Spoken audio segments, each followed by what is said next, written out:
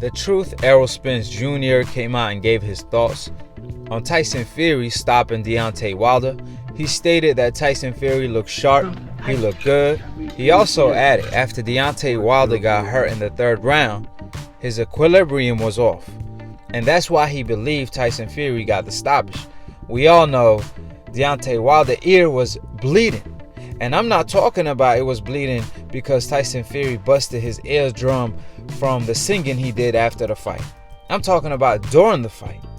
So him fighting with a busted eardrum lets you know what kind of fabric Deontay Wilder is cut from.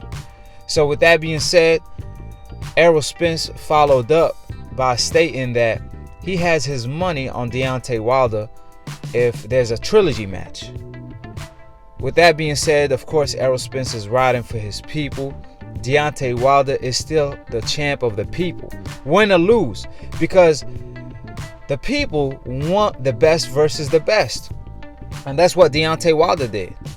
He delivers that every time. He fought Ortiz twice when he didn't have to.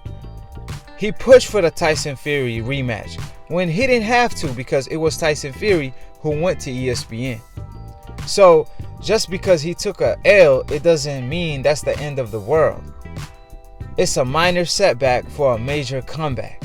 I remember when people wrote AJ off when Ruiz dropped him in the third round. And it was a similar situation because AJ could never recover after he got dropped by Ruiz in the third round.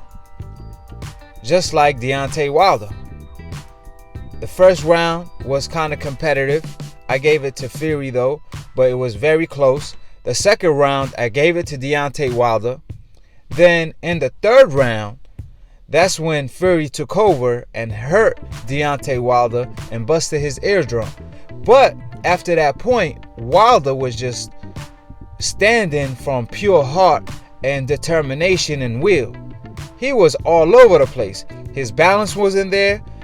He landed a few right hands afterwards on Tyson Fury, but he was just reaching and his balance is not there, so he can't create leverage like he wants to.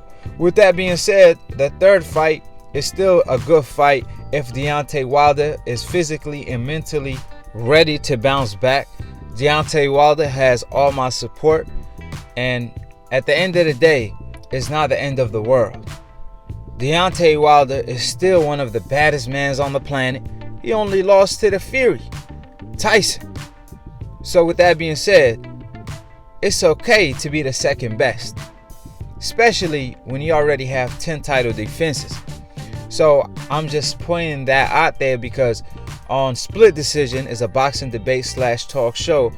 I had a lot of people in the comment section during the chat just bashing Wilder, saying Wilder, he exposed this and that.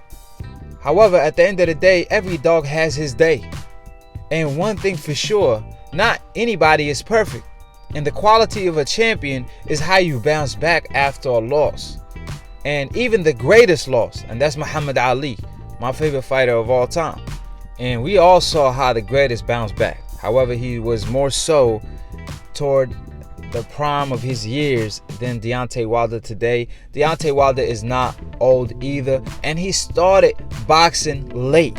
Yeah, I have to keep that in mind. So he has more gas in the tank.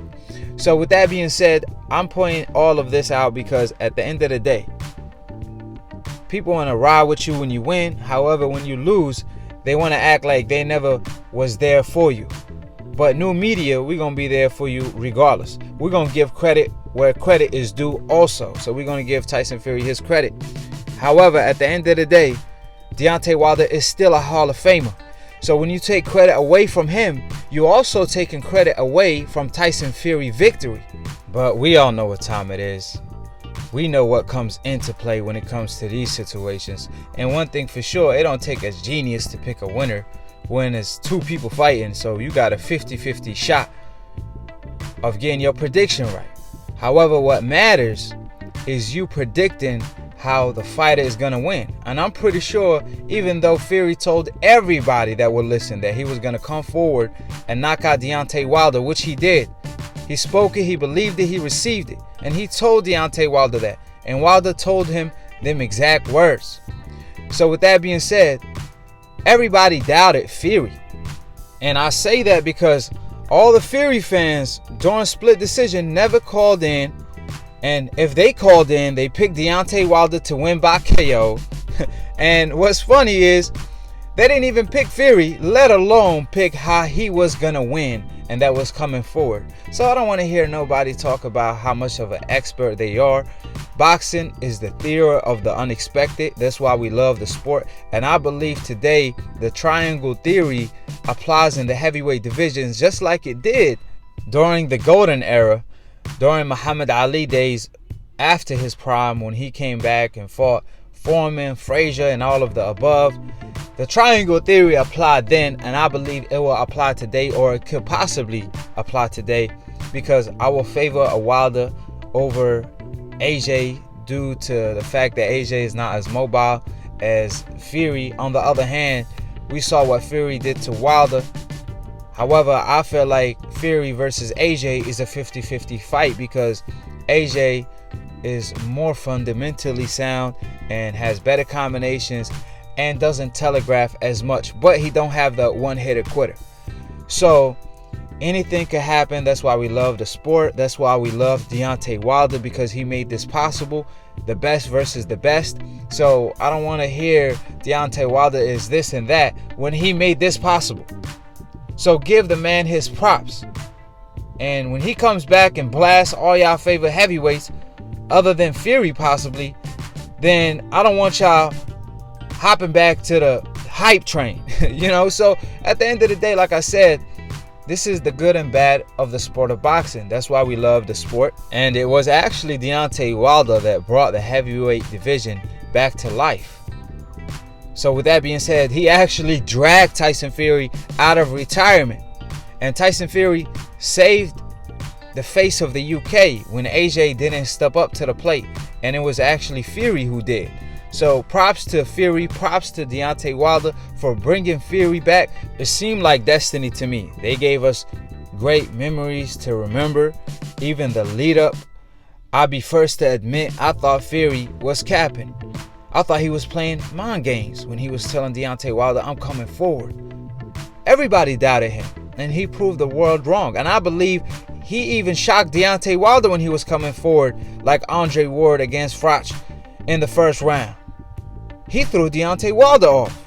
That's why I believe in the third fight, it'd be a better matchup, especially if Deontay Wilder corrects a lot of the mistakes he made. He has to. Fury made a lot of adjustments. Deontay Wilder didn't.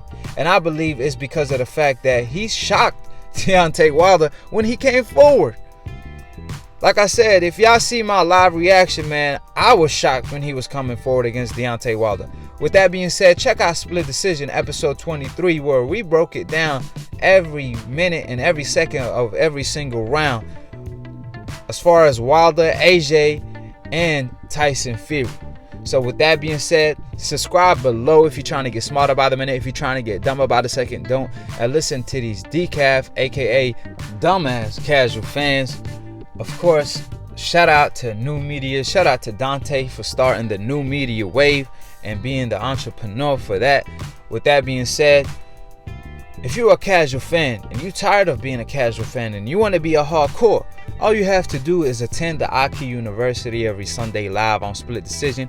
We have real life professors teaching at the Akhi University. All you have to do is click on the notification bell to get notified every time we post or go live on Split Decision. Is a boxing debate / talk show. We had possibly one of our best episodes yet, so check it out on Akhi TV exclusively. This is the Boxing Brotherhood. Akhi stand for my brother. So this is the Boxing Brotherhood. Like I said, at the end of the day, we give credit where credit is deserved. We let the fighters shape their legacy. We won't shape it for them or give them bonus credit. With that being said, this is what new media stand for. Akhi would rather be hated for telling the truth than be loved for telling a lie. And that's my favorite Floyd Mayweather quote. So, like I told y'all time and time again, follow my man Lunatune for the funniest boxing memes. Follow me too at Akhi TV, and to be continued on the next episode of Akhi at TV. Peace, and we out.